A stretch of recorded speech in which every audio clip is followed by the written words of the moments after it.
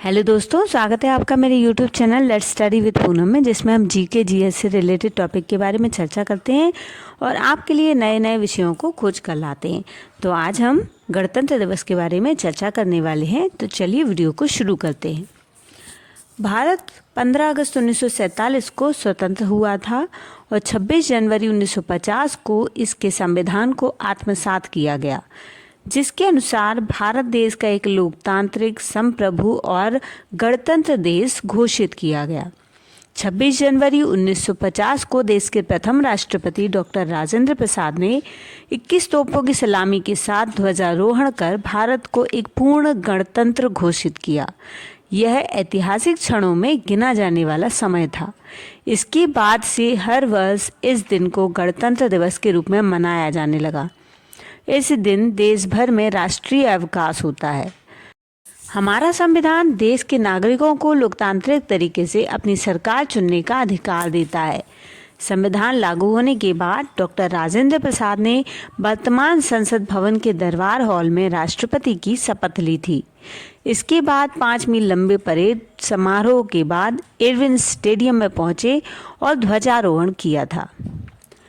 भारत विश्व की सबसे पुरानी सभ्यताओं में से एक है, जिसमें बहुरंगी विविधता और समृद्ध संस्कृति विरासत है। इसके साथ ही यह अपने आप को बदलते समय के साथ ढालती आ रही है। आज़ादी पाने के बाद भारत ने बहुआयामी सामाजिक और आर्थिक प्रगति की है। भारत कृषि में आत्मनिर्भर बन चुका है और अब दुनिया के सबसे औद्योगिकृत देशों की श्रेणी में भी इसकी गिनती की जाती है। विश्व का 7वां सबसे बड़ा देश होने के नाते भारत शेष एशिया से अलग दिखता है, जिसकी विशेषता पर्वत और समुद्र ने तय की है और ये इसे विशिष्ट भौगोलिक पहचान देते हैं। उत्तर में बृहद पर्वत श्रृंखला हिमालय से घिरा यह कर्क रेखा से आगे सकरा जाता है। पूर्व में बंगाल की खाड़ी, पश्चिम में अरब सागर और दक्षिण में हिंद महासागर इसकी सीमा निर्धारित करते हैं। गणतंत्र दिवस को पूरे देश में, विशेष रूप से भारत की राजधानी दिल्ली में बहुत उत्साह से मनाया जाता है। इस अवसर के महत्व को चिन्हित करने के लिए हर साल राजपथ यानी कर्तव्य पथ पर एक भव्य परेड इंडिया गेट से राष्ट्रपति भवन तक राजधानी नई दिल्ली में आयोजित की जाती है। इस भव्य परेड में भारतीय सेना के विभिन्न रेजिमेंट, वायुसेना, नौसेना आदि सभी भाग लेते हैं। इस समारोह में भाग लेने के लिए देश के सभी हिस्सों से राष्ट्रीय कैडेट कोर और विभिन्न विद्यालयों के बच्चे आते हैं। समारोह में भाग लेना एक सम्मान की बात होती है। परेड प्रारंभ करते हुए प्रधानमंत्री राजपथ के यानी कर्तव्य पथ के एक छोर पर इंडिया गेट पर स्थित अमर जवान ज्योति पर पुष्पमाला अर्पित करते हैं। इसके बाद शहीद सैनिकों की स्मृति में 2 मिनट मौन रखा जाता है।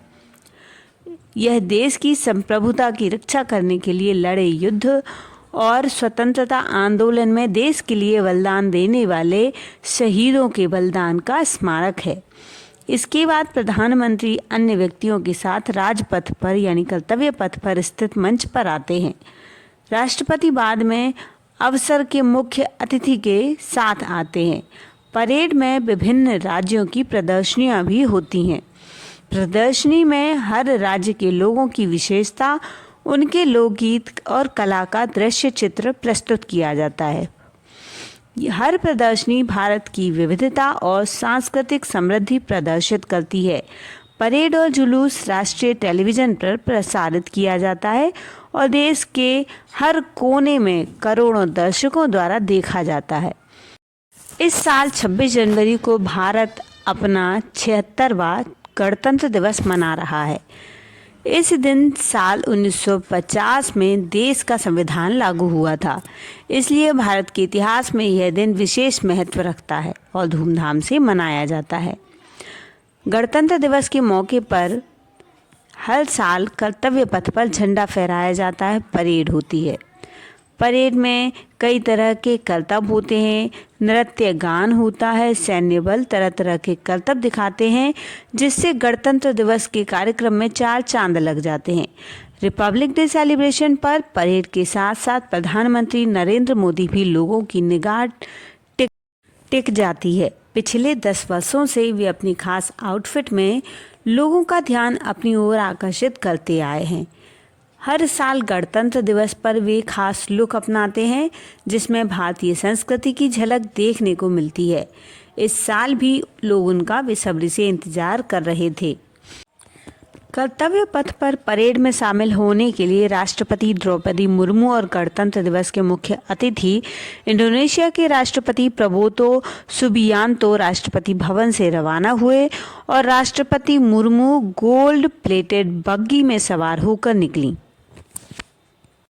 ब्रिटिश राज के दौरान वायसराय की ये बग्गी आज़ादी के बाद भारत और पाकिस्तान के बीच विवाद का हिस्सा बनी। आखिर ये टॉस से फैसला हुआ कि यह बग्गी भारत के हिस्से आएगी या पाकिस्तान के। टॉस में भारत जीता और बग्गी भारत के हिस्से आई। ये बग्गी ब्रिटिश शासनकाल की याद दिलाती है। उस समय अंग्रेज अधिकारी इसी बग्गी से सवार होकर घूमते थे। भले इसका निर्माण ब्रिटिश काल में हुआ, लेकिन इस बग्गी को भारतीय शिल्पकारों और भारतीय संस्कृति के अनुरूप बनाया गया।